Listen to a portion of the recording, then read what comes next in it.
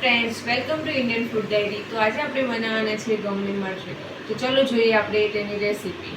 સૌપ્રથમ આપણે 1 વાટકી ઘઉંનો લોટ લઈશું, અડધી વાટકી સોજીનો લોટ, 2 ચમચી બેસન, આખા ધાણા, જીરું, મરી, અજમો, મેથી લીધી છે સૂકી, કસ્તુરી મેથી, સૂકા મરચાં લાલ, તેલ તળવા માટે, મોવણ માટે। સૌપ્રથમ આપણે સૂકા મરચાંને મિક્સર જારમાં એડ કરી, સૂકા ધાણા, જીરું એડ કરીને હવે આપણે તેને ક્રશ કરી લઈશું। મસાલો આપણો બનીને તૈયાર છે। હવે આપણે લોટ બાંધી દઈશું। સૌપ્રથમ ઘઉંનો 1 વાટકી લોટ, સોજી અડધી વાટકી, 2 ચમચી ચણાનો લોટ, મીઠું સ્વાદ અનુસાર,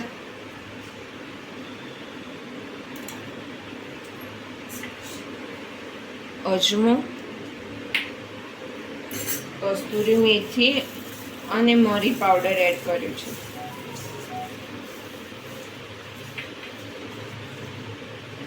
હવે આપણે જે મસાલો બનાવેલો હતો તે એડ કરીએ। તેલ લઈશું મોવણ માટે,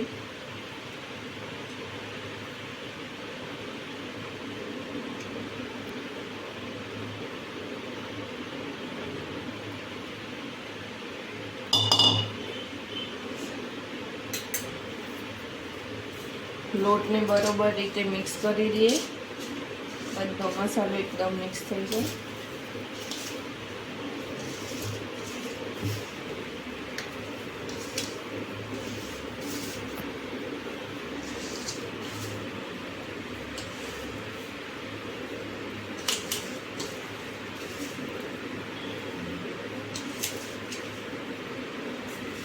હવે પાણી નાખીને ધીમે ધીમે લોટ આપણે સરસ રીતે બાંધી દઈએ।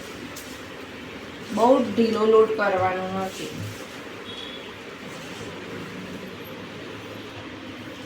લોટ આપણો સરસ રીતે બંધાઈ ગયો છે। હવે તેને 10 મિનિટ માટે ઢાંકીને મૂકી દઈએ।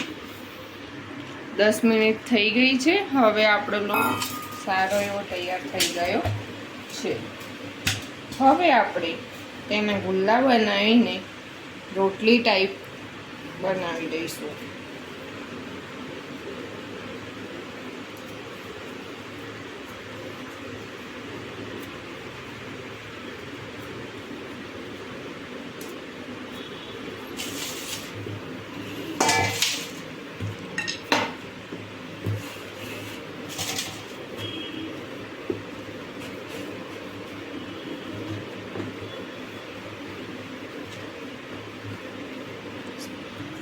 રોટલી આપણી બનીને તૈયાર છે। હવે આપણે તેને વાટકી વડે ગોળ ગોળ પૂરીના શેપમાં કટ કરી દઈએ।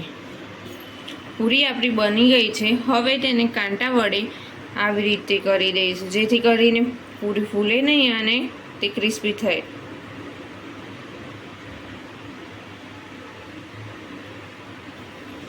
હવે તેને આ રીતે વચ્ચેથી કટ કરી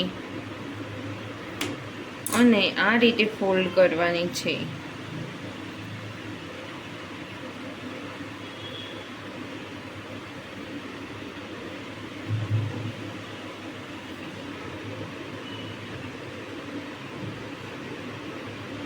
હવે અહીંયા લાસ્ટમાં પાણી લગાવીને ફોલ્ડ કરવાથી જેથી કરીને પૂરી નીકળી ના જાય।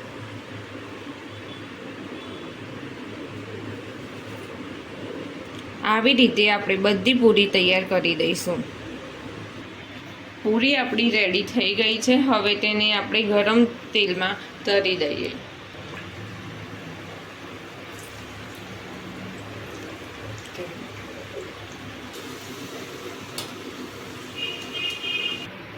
આપણી પૂરી બનીને હવે તૈયાર છે। હવે તેને ડીશમાં નીકાળીને સર્વ કરીશું। આપણી મઠરી બનીને તૈયાર છે। ઘઉંના લોટની મઠરી બનીને તૈયાર છે। જો તમને આ વિડીયો પસંદ આવ્યો હોય તો ચેનલને સબસ્ક્રાઇબ કરી બેલ આઇકન પર ક્લિક કરી લાઇક કરી શેર કરવાનું ભૂલશો નહીં. Thank you.